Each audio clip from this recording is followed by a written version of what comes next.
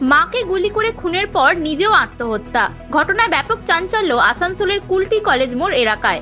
বৃহস্পতিবার বেশ রাতে ঘটনাটি ঘটেছে। স্থানীয় সূত্রে খবর, রাজা মুখোপাধ্যায় নামে এক ব্যক্তি ব্যক্তিগত নিরাপত্তা কর্মীর কাজ করতেন।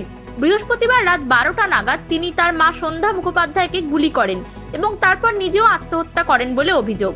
ঘটনা সম্পর্কে প্রতিবেশীরা জানিয়েছেন, মুখোপাধ্যায় পরিবারের বাড়ি থেকে আগুন বের হতে দেখার পাশাপাশি গুলির শব্দও শোনেন তারা। এরপর প্রতিবেশীরা বিষয়টি আরো বিস্তারিত জানতে গিয়ে দেখেন মা ও ছেলের মৃত্যু হয়েছে। স্থানীয় বাসিন্দাদের কাছ থেকে খবর পেয়েই ঘটনাস্থলে যায় দমকল ও পুলিশ। বাড়িতে ওর মা আর ছেলে আর বাবা তো ছিলেন না, গেছিলেন কাশীপুর মেয়ের বাড়ি। হ্যাঁ, আগুন বার হয়েছিল, ফায়ারিং এর হয়েছে বলছি, দুটো আওয়াজ পেয়েছিলাম। আচ্ছা, তারপরে আর আওয়াজ পাইনি। মানে কি গুলির আওয়াজ কি মনে করছিলেন? হ্যাঁ, গুলির আওয়াজের মতন।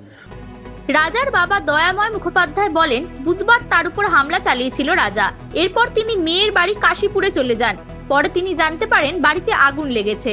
দয়াময় বাবু বলেন, প্রথমে রাজা তার মাকে গুলি করে এবং তারপর নিজেও আত্মহত্যা করে। ওর মায়ের সঙ্গে একটা ছেলের ঝামেলা হয়েছিল, ঝামেলার পর সব মিটমাট হয়ে যায়। তারপরে আবার কোনো হবার পরে তো আমাকে হঠাৎ মারতে থাকে।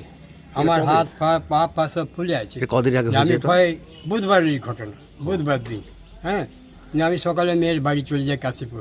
তখন আমরা রাত্রেবেলায় জমায় গাড়ি দিল যে আমি ভোর 4টে এলাম। তখন ওই ফায়ার ব্রিগেড এরা সব ছিল, আগুন ফাগুন নেমেছে, ঘরে আগুন জ্বলছিল। ওর মাকে বলছে, আমি তো দেখিনি। ওর মাকে প্রথমে গুলি করেছে, গুলি করে তারপরে নিজের সুইসাইড করে সব খতম হয়ে গেছে। তো বন্দুক পেলো কোথা থেকে? বন্দুক গার্ডে ডিউটি করতো, গানম্যান ডিউটি করতো। তো গানটা কি ওর নিজস্ব পার্সোনাল না? হ্যাঁ, নিজের। নিহত রাজা মুখোপাধ্যায় এক সংস্থার নিরাপত্তা কর্মী হিসেবে কাজ করতেন। কর্তব্যরত অবস্থায় বন্দুক থাকলেও বাড়িতে কিভাবে বন্দুক নিয়ে আসলো, উঠছে প্রশ্ন। Bureau report, Hindustan news point.